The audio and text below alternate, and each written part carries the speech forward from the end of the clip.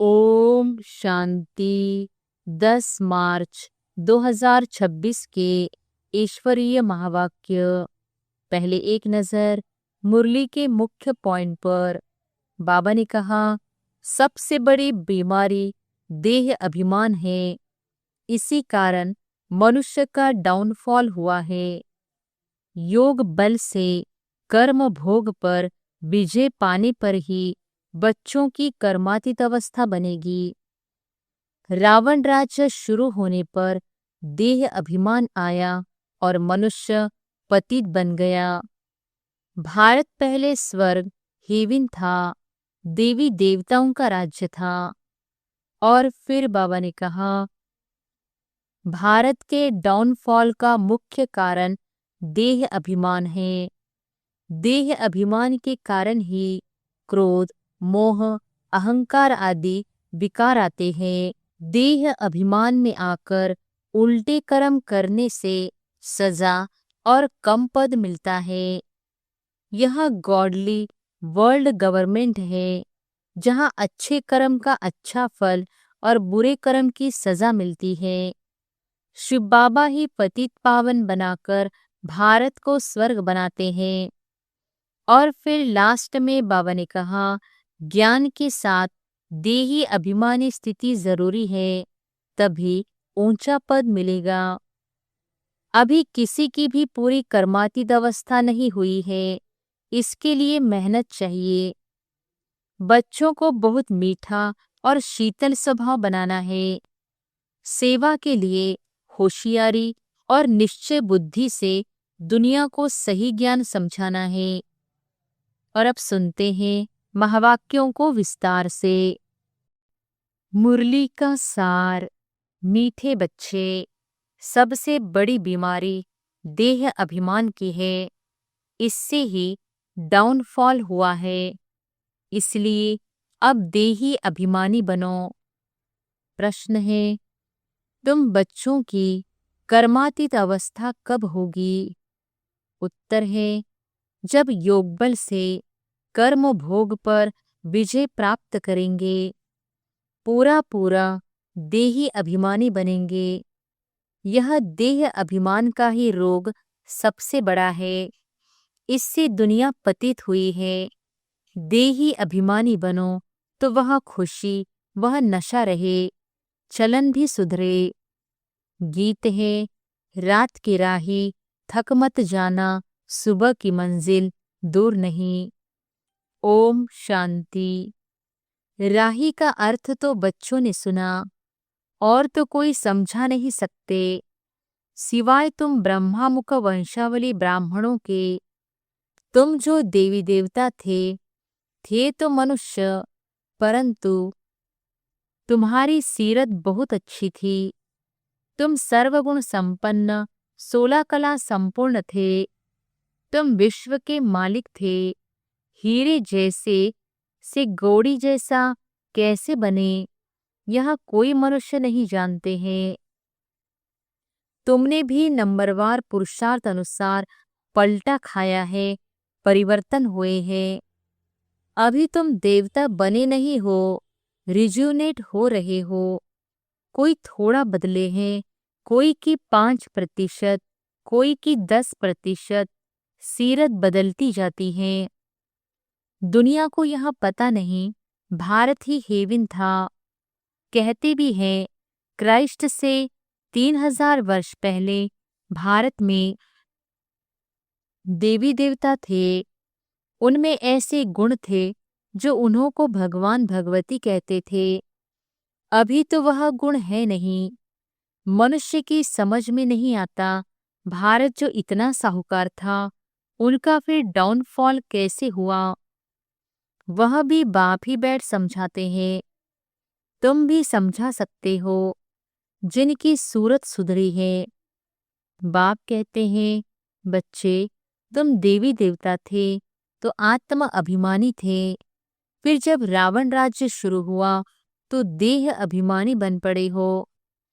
यह देह अभिमान की सबसे बड़ी बीमारी तुमको लग पड़ी है। सतयुग में तुम आत्म अभिमानी थे, बहुत सुखी थे। किसने तुमको ऐसा बनाया, यह कोई भी नहीं जानते। बाप बैठ समझाते हैं, तुम्हारा डाउनफॉल क्यों हुआ? अपने धर्म को भूल गए हो। भारत वर्थ नॉट ए पेनी बन गया।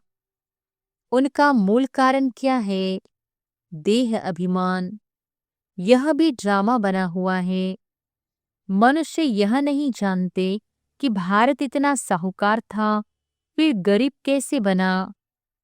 हम आदि सनातन देवी देवता धर्म के थे, फिर हम कैसे धर्म भ्रष्ट कर्म भ्रष्ट बने। बाप समझाते हैं, रावण राज्य होने से तुम देह अभिमानी बने तो तुम्हारा यह हाल होने लगा। सीढ़ी भी दिखाई है, कैसे डाउनफॉल हुआ। वर्थनॉटे पेनी का भी मुख्य कारण देह अभिमान है। यह भी बाप बैठ समझाते हैं। शास्त्रों में कल्प की आयु लाखों वर्ष लगा दी है। आजकल समझदार हैं क्रिश्चियन लोग, वह भी कहते हैं क्राइस्ट से 3000 वर्ष पहले पैराडाइज था। भारतवासी यह समझ नहीं सकते कि प्राचीन भारत ही था जिसको स्वर्ग हेवन कहा जाता है। आजकल तो भारत की फुल हिस्ट्री ज्योग्राफी को जानते ही नहीं है। थोड़े बच्चों में थोड़ा ज्ञान है तो देह अभिमान आ जाता है। समझते हैं हमारे जैसा कोई है नहीं। बाप समझाते हैं, भारत की ऐसी दुर्दशा क्यों हुई। बापू गांधी भी कहते थे, पतित पावन आओ, आकर रामराज्य स्थापन करो। आत्मा को जरूर कभी बाप से सुख मिला है तो पतित पावन को याद करते हैं। बाप समझाते हैं, हमारे बच्चे जो शूद्र से बदल ब्राह्मण बनते हैं, वह भी पूरा देही अभिमानी नहीं बनते हैं। घड़ी घड़ी देह अभिमान में आ जाते हैं। यह है सबसे पुराना रोग जिससे यह हाल हुआ है। देही अभिमानी बनने में बड़ी मेहनत है। जितना देही अभिमानी बनेंगे उतना बाप को याद करेंगे, फिर अथाह खुशी रहनी चाहिए।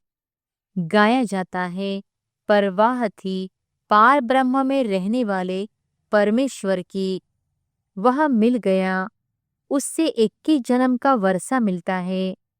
बाकी क्या चाहिए? तुम सिर्फ देही अभिमानी बनो, मामे कम याद करो, भले गृहस्थ व्यवहार में रहो। सारी दुनिया देह अभिमान में है। भारत जो इतना ऊंच था उसका डाउनफॉल हुआ है। हिस्ट्री ज्योग्राफी क्या है यह कोई बता न सके। यह बातें कोई भी शास्त्रों में नहीं है। देवताएं आत्म अभिमानी थे, जानते थे एक देह को छोड़ दूसरी लेनी है। परमात्मा अभिमानी नहीं थे।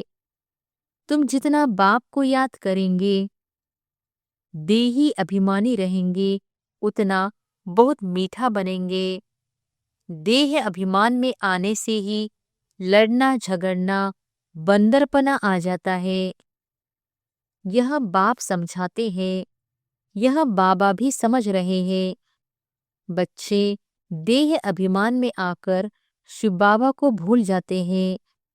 अच्छे अच्छे बच्चे देह अभिमान में रहते हैं, देही अभिमानी बनते ही नहीं हैं। तुम कोई को भी यहाँ बेहद की हिस्ट्री ज्योग्राफी समझा सकते हो। बरोबर सूर्यवंशी चंद्रवंशी राजधानी थी। ड्रामा का किसको भी पता नहीं है।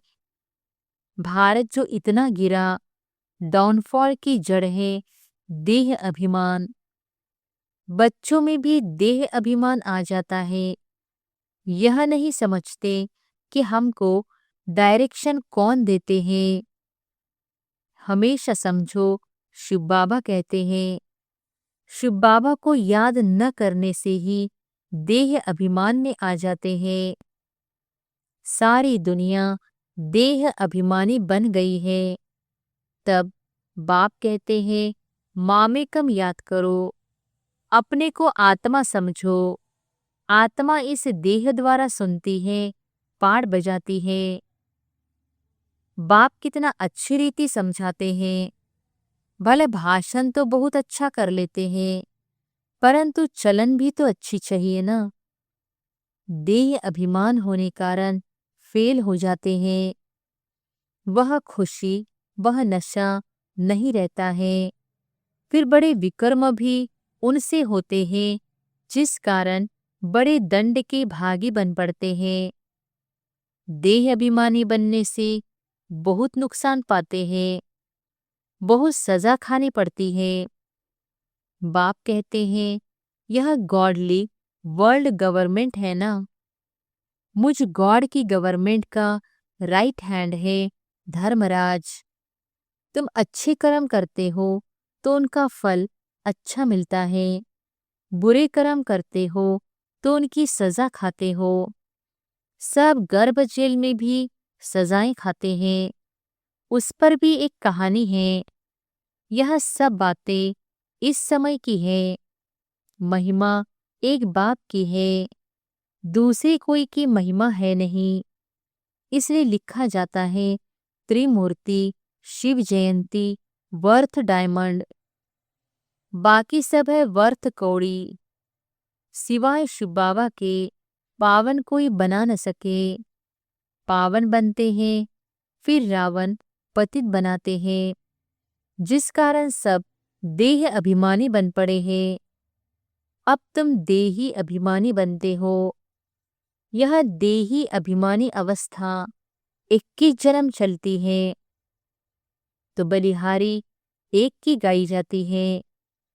भारत को स्वर्ग बनाने वाला शिव बाबा है। यह किसको पता नहीं है कि शिव बाबा कब आया। उनकी हिस्ट्री तो पहले पहले चाहिए। शिव कहा ही जाता है परमपिता परमात्मा को।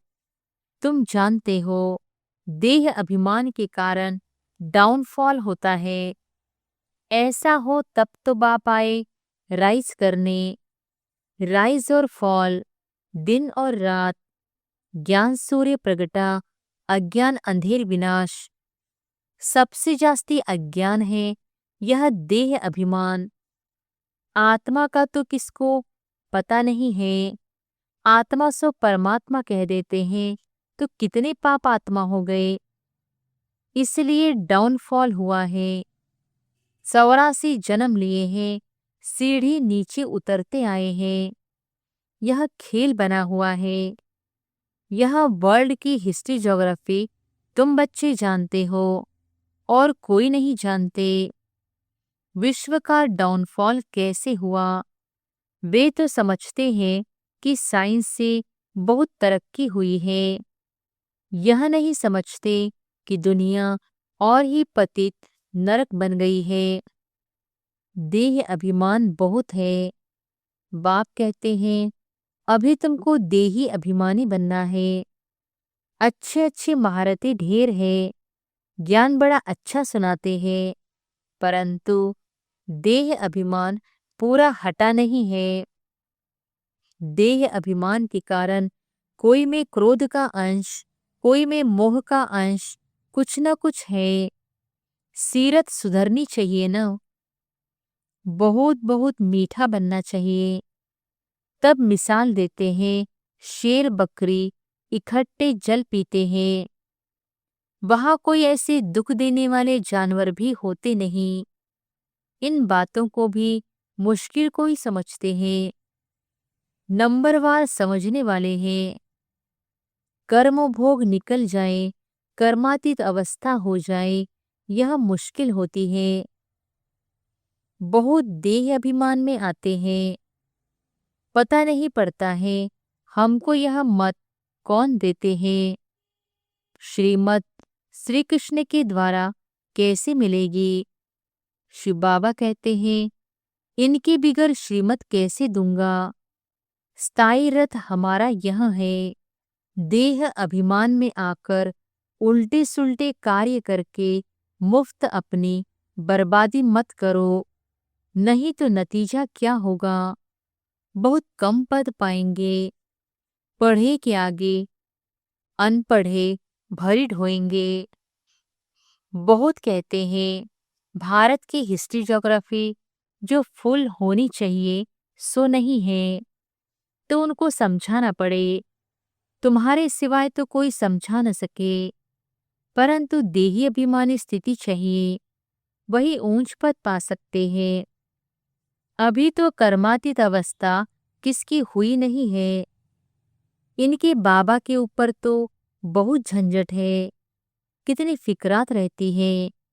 भला समझते हैं कि सब ड्रामा अनुसार होता है, फिर भी समझाने के लिए युक्तियां तो रचनी होती है ना।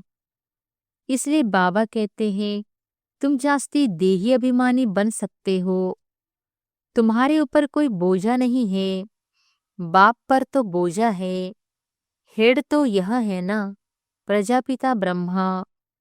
परंतु यह किसको पता नहीं है कि इनमें शिव बाबा बैठे हैं।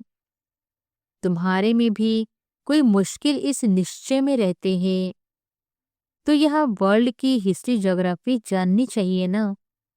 भारत में स्वर्ग कब था, फिर कहाँ गया, कैसे डाउनफॉल हुआ, यह किसको पता नहीं है। जब तक तुम नहीं समझाओ तब तक कोई समझ न सके। इसलिए बाबा डायरेक्शन देते हैं लिखा पढ़ी करो, तो स्कूलों में वर्ल्ड की हिस्ट्री ज्योग्राफी बतानी चाहिए। डाउनफॉल पर भाषण करना चाहिए। भारत हीरे जैसा था, वह फिर कौड़ी जैसा कैसे बना? कितने वर्ष लगे? हम समझाते हैं ऐसे पर्चे एरोप्लेन द्वारा गिरा सकते हैं। समझाने वाला बड़ा होशियार चाहिए। गवर्नमेंट चाहती है तो गवर्नमेंट का ही हाल विज्ञान भवन जो दिल्ली में है, वहां सबको बुलाना चाहिए। अखबार में भी डाला जाए, कार्ड भी सबको भेज दे। हम आपको सारे वर्ल्ड की हिस्ट्री ज्योग्राफी आदि से अंत तक समझाते हैं। आप पे ही आएंगे जाएंगे, पैसे की तो बात ही नहीं है। समझो हमको कोई मिला, प्रेजेंट भेंट करते हैं तो हम ले नहीं सकते हैं। सर्विस करने के लिए काम मिलाएंगे, बाकी हम ले नहीं सकते। बाप कहते हैं मैं तुमसे दान लेकर क्या करूंगा जो फिर भरकर देना पड़े। मैं पक्का शर्राफ हूँ। अच्छा, मीठे मीठे सिकिल थे बच्चों प्रति मात पिता बाप दादा का याद प्यार और गुड मॉर्निंग। रूहानी बाप की रूहानी बच्चों को नमस्ते। धारणा के लिए मुख्य सार। पहली पॉइंट, देह अभिमान में आकर कोई भी उल्टा सुल्टा कार्य नहीं करना। देही अभिमानी बनने का पूरा पूरा पुरुषार्थ करना है। अपनी सीरत चलन सुधारते रहना है। दूसरी पॉइंट, बहुत बहुत मीठा शीतल बनना है। अंदर में क्रोध मोह का जो भूत है उसे निकाल देना है। वरदान है, रिगार्ड देने का रिकॉर्ड ठीक रख, खुशी का महादान करने वाले पुण्यात्मा भव। रिगार्ड देने का रिकॉर्ड ठीक रख, खुशी का महादान करने वाले पुण्यात्मा भव। वर्तमान समय चारों ओर रिगार्ड देने का रिकॉर्ड ठीक करने की आवश्यकता है। यही रिकॉर्ड फिर चारों ओर बजेगा। रिगार्ड देना और रिगार्ड लेना, छोटे को भी रिगार्ड दो, बड़े को भी रिगार्ड दो। यह रिगार्ड का रिकॉर्ड अभी निकलना चाहिए, तब खुशी का दान करने वाले महादानी पुण्यात्मा बनेंगे। किसी को रिगार्ड देकर खुश कर देना यह बड़े से बड़ा पुण्य का काम है, सेवा है। स्लोगन है, हर घड़ी को अंतिम घड़ी समझकर चलो तो एवर रेडी रहेंगे। मातेश्वरी जी के अनमोल महावाक्य। तमोगुणी माया का विस्तार। सतोगुणी, रजोगुणी, तमोगुणी, यह 3 शब्द कहते हैं। इसको यथार्थ समझना जरूरी है। मनुष्य समझते हैं यह तीनों गुण इकट्ठे चलते रहते हैं, परंतु विवेक क्या कहता है? क्या यह तीनों गुण इकट्ठे चले आते हैं? वह तीनों गुणों का पाठ अलग अलग युग में होता है। विवेक तो ऐसे ही कहता है कि यह तीनों गुण इकट्ठे नहीं चलते। जब सतयुग है तो सतोगुण है, द्वापर है तो रजोगुण है, और कलयुग है तो तमोगुण है। जब सतो है तो तमो रजो नहीं, जब रजो है तो फिर सतोगुण नहीं है। यह मनुष्य तो जैसे ही समझ कर बैठे हैं कि यह तीनों गुण इकट्ठे चलते आते हैं। यह बात कहना सरासर भूल है। वो समझते हैं जब मनुष्य सच बोलते हैं, पाप कर्म नहीं करते हैं, तो वो सतोगुणी होते हैं। परंतु विवेक कहता है जब हम कहते हैं सतोगुण, तो इस सतोगुण का मतलब है संपूर्ण सुख। गोया सारी सृष्टि सतोगुणी है। बाकी ऐसे नहीं कहेंगे कि जो सच बोलता है वो सतोगुणी है और जो झूठ बोलता है वो कलयुगी तमोगुणी है। ऐसे ही दुनिया चलती आती है। अब जब हम सतयुग कहते हैं तो इसका मतलब है सारी सृष्टि पर सतोगुण, सतोप्रधान चाहिए। हाँ, कोई समय ऐसा सतयुग था जहाँ सारा संसार सतोगुणी था। अब वो सतयुग नहीं है, अभी तो है कलयुगी दुनिया। गोया सारी सृष्टि पर तमोप्रधानता का राज्य है। इस तमोगुणी समय पर फिर सतोगुण कहाँ से आया? अब है घोर अंधियारा, जिसको ब्रह्मा की रात कहते हैं। ब्रह्मा का दिन है सतयुग और ब्रह्मा की रात है कलयुग। तो हम दोनों को मिला नहीं सकते। कलयुगी असार संसार से सतयुगी सार वाली दुनिया में ले चलना एक परमात्मा का ही काम है। इस कलयुगी संसार को असार संसार क्यों कहते हैं? क्योंकि इस दुनिया में कोई सार नहीं है, माना कोई भी वस्तु में वो ताकत नहीं रही, अर्थात सुख शांति पवित्रता नहीं है। जो इस सृष्टि पर कोई समय सुख शांति पवित्रता थी, अब वो ताकत नहीं है, क्योंकि इस सृष्टि में 5 भूतों की प्रविष्टा है। इसीलिए ही इस सृष्टि को भय का सागर अथवा कर्म बंधन का सागर कहते हैं। इसीलिए ही मनुष्य दुखी हो परमात्मा को पुकार रहे हैं। परमात्मा हमको भवसागर से पार करो, इससे सिद्ध है कि जरूर कोई अभय अर्थात निर्भयता का भी संसार है जिसमें चलना चाहते हैं। इसलिए इस संसार को पाप का सागर कहते हैं, जिससे पार कर पुण्य आत्मा वाली दुनिया में चलना चाहते हैं। तो दुनियाएं 2 है, एक सतयुगी सार वाली दुनिया, दूसरी है कलयुगी असार की दुनिया। दोनों दुनियाएं इस सृष्टि पर होती है। अभी परमात्मा वह सार वाली दुनिया स्थापन कर रहे हैं। अच्छा, ओम शांति। ये अव्यक्त इशारे निश्चय के फाउंडेशन को मजबूत कर सदा निर्भय और निश्चिंत रहो। जैसे ज्ञान की सब्जेक्ट है, वैसे सेवा की भी सब्जेक्ट है। जो इसमें फेथफुल निश्चय बुद्धि है, वही नंबर आगे जा सकता है। सुबह से रात तक अपना फिक्स प्रोग्राम, डेली डायरी बनाओ, क्योंकि जिम्मेवार आत्माएं हो, रिवाजी आत्माएं नहीं। विश्व कल्याणकारी आत्माएं हो, तो जो जितना बड़ा आदमी होता है उसकी दिनचर्या सेट होती है। अच्छा, ओम शांति।